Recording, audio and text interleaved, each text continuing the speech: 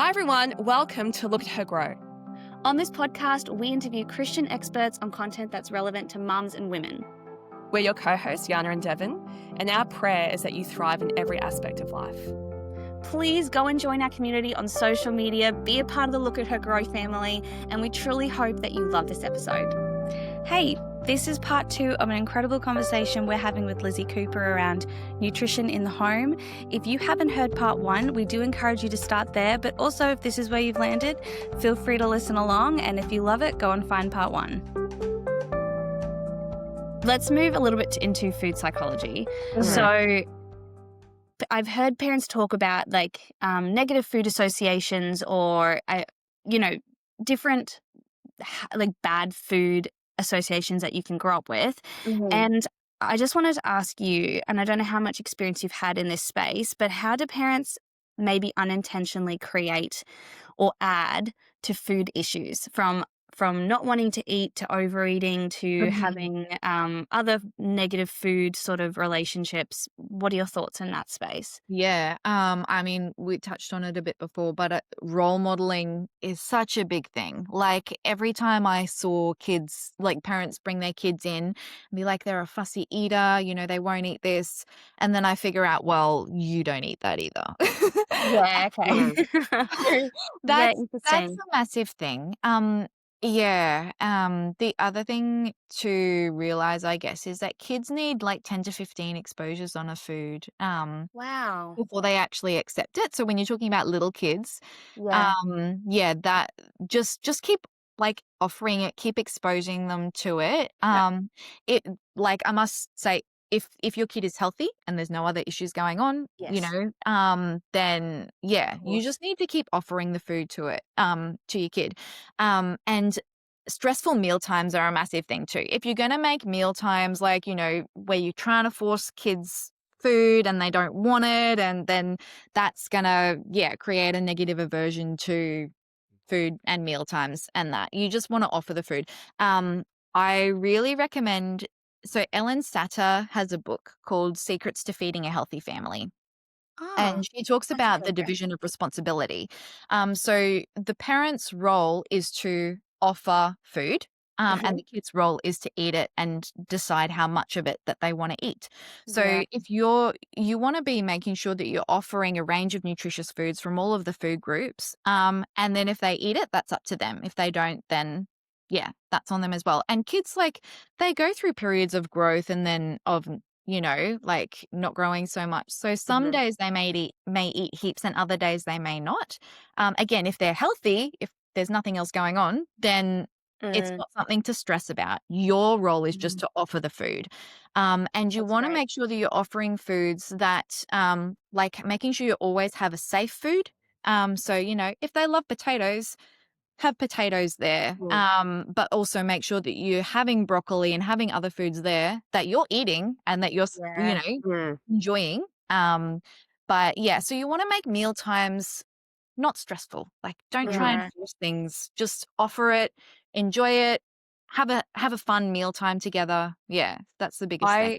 I can 100% testify to everything you're saying is like so spot on because when I was living back in Rocky before we moved, I would talk to you about some of this stuff. And I remember you saying that little kids need that level of exposure to foods, right, before they Yeah. accept it. We are a huge veggie household. I love vegetables. My husband loves vegetables. And so I can tell you, my girls will they'll eat anything, mushroom, broccoli, like no problem at all. They'll eat it because we love it. We eat it all the time. And it's Yeah. exactly what you said. It was just offering it to them all the time. We do the sit together meal times. They get to Yeah. see that this is normal for us. Yeah. It's not anything that we avoid. So I can tell you, and I can tell everyone else out, all those beautiful mums, it works. It really does work. Yeah. Yeah, I love that. And you were saying something else before you actually just mentioned it, and now I've forgotten. I'm like, yes, I really I can see how true that is. No, I've forgotten it completely. I'll jump in and just say, let me tie the threads together a little bit, because some mums might be listening thinking, okay, I need to feed them nutritious food, but I'm also not meant to force feed them. And I guess what we're saying is that you are offering nutritious food. You're giving them the option to choose what to eat, but to try things and encouraging them to try, but not forcing them to eat.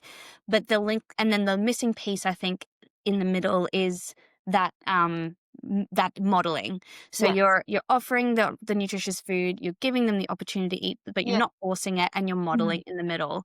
Yeah. And I do think that your mindset around food is really important. The way I was just Yes. saying to my husband the other day, we say to my 11-month-old all the time, "Oh, you did so well on your breakfast today," if she eats a lot of breakfast. And I said to him, "You know what? If she doesn't eat a lot of breakfast because she's full, Mm. that's actually good. That's actually her doing Yeah. well on her breakfast Yeah. too." So, Yeah. like, let's change our wording around meal Yes. times. Let's start saying to her, "Thank you for trying everything. Mm. Thank you for communicating when you're full." And Yes. so, we've had to change our own mindset around food to make sure that the baseline stuff that just comes out is correct and is building Yes. positive, spaces around food. And so I guess for some Mhm. mums listening to this, it might be a matter of you need to internally change your own thoughts around Mhm. vegetables and fruit Yeah. so the modeling becomes a little bit more Yes. natural Mhm. for you Yeah. to sort of link those two pieces together. I Yes. think even Yeah, that's great. being aware of because I've actually noticed this with myself. I have found that weeks where I am just upset about something in my life, like where I feel like things aren't going to Comfort plan, eating. I Mm. Tell me you're emotionally gonna say eat. comfort eating because I get it. Yes. And I'll eat more sugar because Yeah. that's what I kind of Mm, tend to go me to if too. I'm feeling just a bit down. And Mm. then my daughters will also have more Mhm. sugary treats than what I would normally allow. It's almost Mhm. like when I'm emotionally doing something, how I'm eating is then how everyone else in the household is eating. Oh, Yeah. yeah. Like, I'll Yeah. get the tub of ice cream and then we're all eating it, and then I'll do this and we're all doing it, and it's like, I've actually had to kind of Mm. go, "Well, that's actually I'm teaching my daughters a Yeah. negative pattern of eating where if you're emotional, you have sugar." Yeah. Yes. And Yeah. it's like, And "Oh, that's not good." and I think it's important to try and realize when you're getting stressed early and to figure out, and this might be a good thing to sit down and figure out yourself is how can you, like, what are healthy coping strategies that you Mm. could do so that you're looking after yourself and not like that are not food related, so like how do you de-stress? Do you take Mm. the kids outside? Do you go for a walk? Do you like just ask someone to take the kids for a little while and have a cup of tea by like just try and you need to um figure out your own coping mechanisms so that Yeah. then you're modeling that to your kids too. What I do when I stress. I like Oh, Yes. Yeah. so have a cup of true. tea. I Yeah. think I wanted to also just say a bit before, you need to also like think about your kids as little people. Like people Yeah. have their own food preferences. Like, my husband doesn't like like ripe bananas. That doesn't like I'm not going to force him to eat ripe bananas. Mm. So yeah, like you have to kind of just offer the food, and then if they're not eating it, maybe you haven't given enough exposures, but maybe they just don't Right. like that food. So that's Mm. something Yeah. to think about That's I as great. well. know I've also fallen into the trap of, and I'm sure there are lots of other women out there, other mums who've done the same thing as me, where I have worried that if they don't eat it, they're going to be Mm. starving through the night or like Mm. starving and waking up through Right. afternoon naps. And so it's like, Yeah. no, you have to eat Mm, this food because if you don't, then you're going to wake up hungry and, it's Mm. going to be this whole, debacle at night when everyone's trying to sleep. yeah, And I've had to learn to really trust that when they're full, they're actually full. I've had to Mm. learn to trust it. And yeah, if it's that they're just saying they don't want it and they're kind of just telling me that they're full, but maybe they're not, that it's like, oh well, like I'm having to believe Yeah. you that you're full, and if yeah, you're Yeah. full and not yeah, force it. I think I've actually realized I was forcing food quite a lot, probably more than what they were really able to handle because I was yeah. worried they would. Yeah. Yeah. I That's think so another real. thing another question, which I don't know if you're going to touch on later, but you Yeah. was about snacks. Oh, yeah. And I think having a beautiful full fruit bowl all the time where the kids can go, if they're hungry later, they can go and take their own fruit. Mm. Having Yeah. stuff on hand where they can go and access if they are hungry later on. That's, That's good. not a chocolate bar because I actually don't want dinner, but I want the chocolate bar. Whereas if Mm. I'm full, but then later on I'm hungry again, I can go get a banana out of the fruit bowl. And making it appealing, like if you're having a beautiful big bowl with lots of different colored fruit, as opposed to like, I don't know, a couple of apples on the bench. It looks a lot more Mhm. inviting. Yeah, Yes. And great. then if they're hungry later on, like, and that's, yeah, like if snack time is a struggle, maybe cutting up vegetables and things in different shapes to make it a bit fun. But yeah, lots of color, making it look appealing. Yeah, And great. always having something that they do like, Yes. there. They call it a safe food. Always having Yeah, safe Mhm. foods there. that's really good. Mm. Let's move to some practical things. Yeah. So, Yes. how common are food texture issues with kids? And is this something like what can parents do if this is a struggle in their home? How does parents deal with food texture problems? Yeah. I mean, obviously, again, making sure that they're not, like if they do have autism or something where, Yeah. it's going to be a medical thing, then they probably should see a dietitian, and get help to make sure that they are meeting all of their nutritional requirements. Yeah. But again, like just different exposures, making sure that they are exposed to different foods, but also having that safe food there and having like foods available within that texture, that from all of the food groups. So like if they, yeah, making sure, I don't know if they, yeah, like mushy foods, making sure that there's mashed potatoes available, that there's, I don't know, you could mash up a banana. Yes, Yeah, just okay. use some apple to mash up. Yeah, so making sure that there's stuff Mm, from all of the food groups within that texture as much as possible that they can access. yeah, great. But yeah, just continuing exposure with different textures. The other thing to also be aware of is before they're 3, you want to make sure that foods obviously aren't a choking hazard. So you're not wanting to offer them nuts and, and Yes. even I went to a baby first aid course and they were saying grapes, if you cut grapes into halves, that's a perfect size to block their airways. So you just need to be, Terrifying. yeah, I know.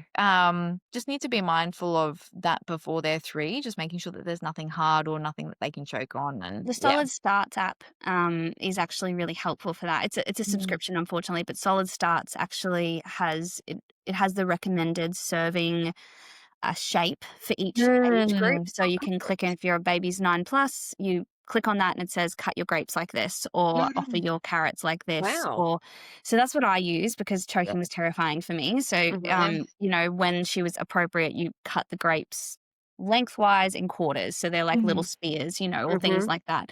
Yeah. So that's been really helpful actually. So that Mm. might be something that some mums might want to look into if that's Mm. Yeah. stressful for Yeah. them. Yeah. That's great. Yeah. Yeah. And letting kids play with with their food too. Like if they're Oh, not yeah. need a particular texture, at least they can be exposed to it and, explore it, Yes. before they feel confident to put it in their mouth. So Mhm. Yeah, yeah, that's just trying great. not to stress is the biggest thing. Like just offer Yes. things. Yes. Yeah, and then see what happens. I love that. So Lizzie, if you could be with every mum around Mm. the nation going grocery Mm. shopping this weekend, and if you could be walking around the aisles with them, what are 3 to 5 things that you would say, "You should definitely put this in your trolley"? Yeah. Uh, eggs are our go-to. Oh, Mhm. yeah. They're like a great source of nutrition and they're so Yeah. easy. Like if you get to Yes. the end of the day and you're like, what am I going to feed the family? Yeah. Um, Eggs on toast with a bit of spinach. Like that's your protein, your carbohydrate, and your vegetable. Have some fruit for dessert as well. Like, yeah. Mm. It's yeah, so that's really that one. A nice bread as well for sandwiches, like it's a good source of carbohydrates. So bread, you're wanting to make sure that again you're reading the label. I think Bergen bread has the least amount of numbers on there. That's good to know. But I'm also, taking notes. yeah, Oh, working bread. Woolies, Done. Woolies does a 35-hour sourdough. That is very That's nice. true. I do buy that a lot. Yes. Oh, yum. It's very good. So, and sourdough, yeah, the long ferment also, the fermentation process decreases the amount of gluten. So if your kid's a little bit sensitive to gluten, it's not obviously gluten free, Yes. but that might be something that they might handle a little bit more, just easier to I love digest. that, yeah. But yeah, making sure that it's wholemeal or whole grain is the biggest thing. So yeah, Yeah. eggs, bread. We always, yeah, carrots are a great snack. Just munching on carrots, if you're hungry. Yeah, is a good one. Um, Peanut butter is obviously an allergy thing. A lot of kids are allergic to peanut butter, but we have peanut butter in the house all the time. Like I Yeah. remember when I was, obviously my husband likes a bit more of a substantial lunch, but when I was Yeah. single, I used to have a peanut butter sandwich with a carrot stick and a piece of fruit every day because you got your protein, your carbohydrate, your fruit, your vegetable, and it's just really easy. So, and Yeah. it's a good way of getting protein into snacks too, like putting peanut butter on Yes. your cut up apple or your veggie sticks or Yeah. So We are a big peanut butter household, mm. and both of my girls are at school, and it Mm. has been, like, killing me that I can't do Oh, anything peanut butter in their lunch boxes. Yes, I'm that like, is "Oh, I so just so hard. wanna do, like, a peanut butter sandwich or, like, yes. Jatz biscuits with, like, the peanut butter on it or, yeah, Yeah. like, fruit with peanut butter," but it's a definite no, so it's been hard to adjust to that with Yes. our snack boxes. Yeah. Yeah. Mm. Mm. Are there any foods that you would say are less common in the average household that you would encourage parents to branch out and try? Ooh, Like, I love for that. example, I introduced sauerkraut into my life 2 or 3 years ago, Oh, and Nice. I'm loving that. Um, but that would not be something that everyone eats. Some people find it yes. some people would say it's common, some people wouldn't. So Yes. what are some, maybe if you could say 3 foods that could increase the diversity or the nutrient profile of a family that you would maybe Mm. put the Yeah. challenge out to families to try? Yeah, yeah. What would you say? It's funny that you say sauerkraut because I started having a bit more sauerkraut last year, and my husband was like, "Why are you putting that stuff on you? Our food is disgusting." Now he loves it. He started making it himself. He can't get enough of it. Oh my Really? Yeah, gosh. yeah. There you But go. yeah, and gut health is a really massive Yeah. thing too. Like it's good to get in more foods that are fermented. So like your Mhm. sourdoughs and your sauerkrauts and pickled veg Kimchi? stuff like that. Yeah, yeah. Mhm. Um, but less common foods. I mean, maybe trying adding herbs to things. They've got a lot of Fresh herbs are really good for you. yeah, Yeah. yeah. They, I mean, enhance the flavor of the food, but they also add, like they've got a lot of different vitamins and minerals in them Yeah. too. That, not a lot of people have. The biggest thing I think is just making sure that you're getting a variety of colored fruit and veg in your diet. So, different That's great. colors have different types of vitamins and Mm. minerals. Mhm. So yeah, and so a range of different colors, and eating in season too, like the way that God made food, Yeah. um, you're getting more of the nutrients that you need at the different times of year. So like citrus is more, prevalent in winter when you need more vitamin C to like ward off colds. So That's No. amazing. Well, we yeah, think of oranges as like a summer, sort of like fresh yeah, summer sort yeah. of. Yeah, wow. Mm, There you go. mm. Yeah. So, yeah, trying to eat in season. But yeah, and adding more like probiotic kind of foods in there too. Yeah. That's great. Lizzie, I love what you bring up about Mm. how God has just put these things in place for us to help our Mhm. Yeah. bodies naturally. And Yeah. I've actually written it down just then Mm. to eat in season. I love Yes. that Mm. because Yeah. I feel like some things that come out in winter are not things that I always feel comfortable cooking with. And now I'm like, I Yeah. might need to like branch out and like Mm. try and do that a bit more in the household. And Yeah. Yeah. I love Yeah. that. I Yeah. think And just also, Google like recipes with whatever, Yeah. and see what comes up. yeah. I Yeah. have a And special some talent for overcomplicating very simple things. And so Yeah. I look at stuff and I'm like, I've got no idea what to do with that. I'm just going to walk past it. I don't even think to Google it. So there we Yeah. go. Yeah, that's a yeah, great idea. yeah. But it's interesting. One thing that just blew my mind in uni was that they were saying how food, the way that we should eat, like the amount of all of your different food groups, bread and cereals, fruit, veg, all of that is perfectly environmentally sustainable. Like we usually eat more meat than we need, which is a bigger strain on the environment. But if we ate the way that God if we ate the way that is environmentally sustainable, God has actually made that perfect. Like, he's thought of everything, That's you know? awesome. And if you think about it, like, he created us and he created Mm. food to fuel us. So if we eat Yeah. the way that God intended, then obviously we're going to be functioning at optimal capacity. Becomes So like a perfect balance. That's yeah, great. yeah. We don't have too much more time, so I want to make sure that we get a few of these questions. So, what are some simple tips and tricks for new mums through to busy families? So whether you're at the start or you're halfway through, to help improve nutrition in the home. So what are some like very simple things that parents can do? And I know we've talked a lot about this already, but if there's anything else that you would add to that. Yeah. One big hack that I have recently started doing because so my dear mum, she was amazing. She came and helped. She came here for 7 weeks after my baby was born to Beautiful. help. And then I was like, how the heck am I going to do this when she's not here? Yes. Yeah. So I actually like a bit of overkill, but I have designed a 4-week menu.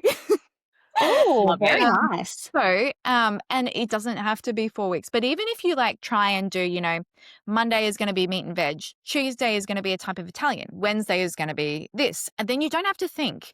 And we Yeah, said okay. before, like making breakfast consistent and lunch consistent. Like lunches, we just do leftovers. When I pack my husband's lunch, it's leftovers, a sandwich, 2 pieces of fruit, and I cook a little treat, like something baked. And I only do one baked thing a week, and I just do it in bulk, and that's the thing for the week. Yeah, Um, nice. so, and then Woolworths, like if you go on the Woolworths website, you can create lists. So if you do the same thing every week, you just I did create a not know list. So that. I've got my week A, B, C, and D list. So I just have to go on there. I click all of the things. You're blowing my mind. Oh my Yes. goodness. That is Yes. amazing. Get your family involved, get the kids involved. Like if you, because that's another big thing is getting kids to take ownership of their food too. Like if they've I love chosen, that. I want, you know, pizza on this night. We're having pizza. We're adding all of the vegetables to it. You can pick up what you don't like, but then you know they've chosen to have that, so they're more likely to eat it. And if you get them involved in meal prep too, they're getting exposed to the different food, and they're more likely to eat it. So getting your family involved in the meal prep and the meal Yes. planning is really like a good thing to do as well. I And love you're that. teaching them as you go. So Yeah. Yes. yeah, Yeah. mm. That's so good. And would you say, what would be your go-to snacks? Because you said you sort of plan in advance. And I Yeah. will admit, snacks is where I fail. So Yana was like, lunch is not her thing. For me, it's snacks. My poor husband, we were married, I think 5 years now, maybe 4 years. I'm so bad at remembering. And he has forever been like, we need more snacks in the house, please. I'm hungry all the time. Because I don't want to buy bad snacks. So Yes. what happens is we just have no snacks. So what are so please help. What are your suggestions for like go-to snacks that we can Yeah. have in the home? Yeah. Again, fruit is a massive thing. Yes. So just having a big fruit bowl on the table, is like open access. I've started doing little like, like a cheese platter thing in my husband's lunch, which he loves. So I always put I put in some olives, some cheese, and some whole grain crackers. And he really likes that.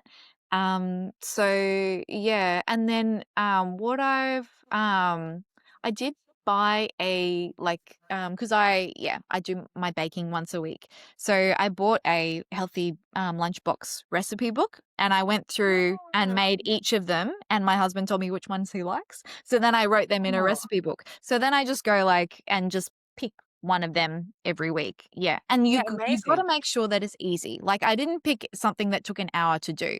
Like Yes. it's got to be less than half an hour or it's not going to Yes. happen. Short ingredients list. Yes. Like Yes. not too much cooking involved. Mhm. Yeah. Yes. Yeah, and if it's Yeah. stuff that you Great. always keep in the pantry, like banana bread, we always have I always buy bananas because if you don't eat them, you can just freeze them. So we've True. always got bananas in the freezer. And yeah, then you've got bananas, you've got your flour. We use honey instead of sugar. So That's it's great. everything in the pantry. So pick things that are easy because if they're not easy, Yes. then you're not going to do them. Yeah. Yeah. Lizzie, I want to ask you a question. This is probably like my of all the questions we've asked, I think this was probably my favorite question to ask you. Where does faith fit into nutrition and into nutrition for a family? Because we're women of faith, Yeah. and I'm just so curious to know where that all fits into this. Yeah. I guess, yeah, nutrition has always been important to me. It became more important when I became a wife, and even more now that I'm a mum. And like, fueling my body because I'm breastfeeding my daughter. Yeah. So like our role and our purpose now is to bring up children for God. Yes. And like as your role as a mum is yeah, like it's so important to give your child the best start possible. So Mhm. making sure that they're getting everything that they need to develop properly. Yeah, like that's your purpose now. Mhm. That's who you are. And so it's just so important to make sure that you're giving them the right start. The other thing that I guess has yeah, um yeah, I've kind of realized, I guess, is that so God's made us to be spiritual beings, but also physical beings and emotional beings, and all of them have an impact on each other. Yes. So you Mhm. need to really look after yourself physically if you're going to be in a place where you can, connect with God and also serve God. Like if you're sick, you're not going to be able to go out and do what He's planned for you to do. Yes. Yeah, and like being healthy it's such a gift, and God has given Yes. us food as a gift. And I think my husband was actually talking about this the other day because he's started growing a lot of, well, we haven't got the produce yet, but he's started like planting vegetables and that. Yeah. And he's like, it makes you so much more connected and reliant on God when you're getting back to growing your own food. And I think when we go Mm. to the grocery store, we don't really realize, like, God has provided this, Yeah, and that's we need to really be good. thankful for it. Yeah, And so wow. I guess recognizing that, yeah, like what we have been given is a gift from God. I love that. And yeah, it's our responsibility to, like, our health is a gift from God. It's our Yes. responsibility to maintain that. Yes. Yeah, otherwise we're not going to be able to do what He has called us to. Yeah. I Wow. love that. I love that response. It Yeah. also, for me, I think, really ties into stewardship as well. Like when I'm a bit traditional in my views for all the women out there, all the mums. I'm quite a traditional woman at heart. And when I became a mum and my husband was working and I had these two beautiful girls, it was kind of a real revelation to be like, it's really on me to make sure that I'm stewarding what I am taking care of well. And that is my children and my husband. My husband is away at work and he's working really hard. And I need to make sure that I'm taking care of him in the household at a physical health level. And my children who don't have a choice really in their food right now, that's on me to do. I'm there to make sure that I'm providing them food that's going to feed their bodies well and keep them healthy and keep them well. And it was such a it was such a revelation. It was just like a real moment of like, "Oh, I really need to take care of this family that God has blessed me with and Yeah. steward my family well," you know? And can I say that even if you're not a traditional mum in that way, like just for example, I know some families where their husband takes full control of food because his Mhm. passion is cooking, his passion is Yep. food, and so even but your role as a mum is to steward your children. So modeling is still something that you can take ownership Mhm. of, and the way that you eat, and modeling, what you love. And one of my best friends said she loves fruit because her whole life growing up, her mum would say, "Oh, that's a great watermelon. Oh, that was a really good meal." Like really like relish in fruit. And so now she's grown up with this great positive association with fruit. Mm. And so the way you talk around your kids, regardless of whether or not you're in charge of food, is still something that you can do. And Mhm. you also can work with your spouse Yeah. to make the home a nutritious space. So I Yeah. think regardless that's still really valid. Yes. Last question, Lizzie, for you. What is your heart for families and children when it comes to nutrition? What if you could express your heart for the women listening to this podcast, what is it?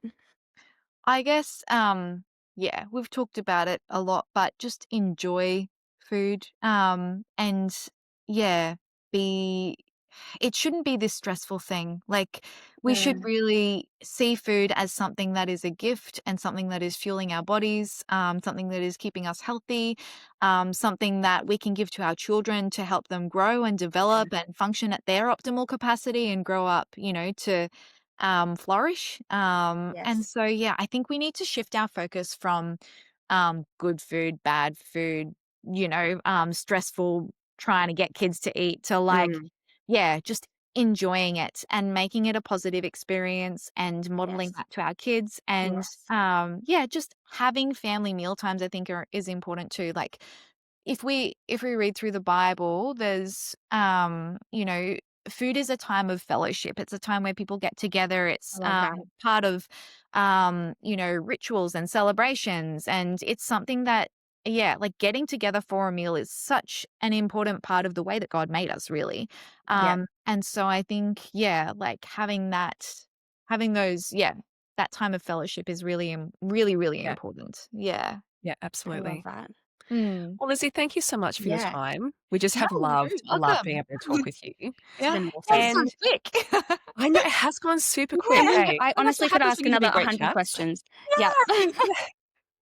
All right. Well, ladies out there, if you have any questions that maybe we didn't answer, Mm. Yeah. please leave a comment on our socials and maybe we can have another beautiful conversation with Lizzie at another point in time. That sounds really Sounds good. I'd love to close in prayer, if Mm, that works for you ladies, and we'll pray for our moms who are listening. All right, yes. let's do that now. Lord, I just want to thank you so much for the gift that you've given us through food.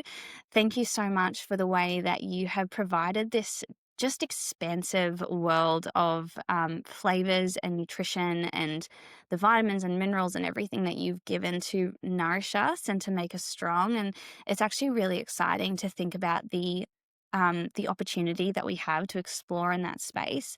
And Lord, I just pray for every mum listening right now that she will feel your grace over her in that space, Lord, that Mhm. she will feel your love and encouragement to her in this space, that you are wanting to partner with her as she cares for her home. And Lord, we thank you that every mum is absolutely doing her very best to love and care for her children and that this is an opportunity for her. And I just pray, God, that you'll inspire the mums that are listening with your God ideas for their family and Mm. that you will help our homes to just be a beautiful reflection of you and of what Mm. you want. And Lord, I just pray for every family this week as they gather around the table that your presence will be there and that they will feel your love and your kindness in that space. And so we just pray this right now in Jesus' name. Amen. Mm. Amen. Amen. All right. Mm. Thanks. Cool. Thank Thank you. you so Thanks, much. Lizzie. No worries. Thank you. All right.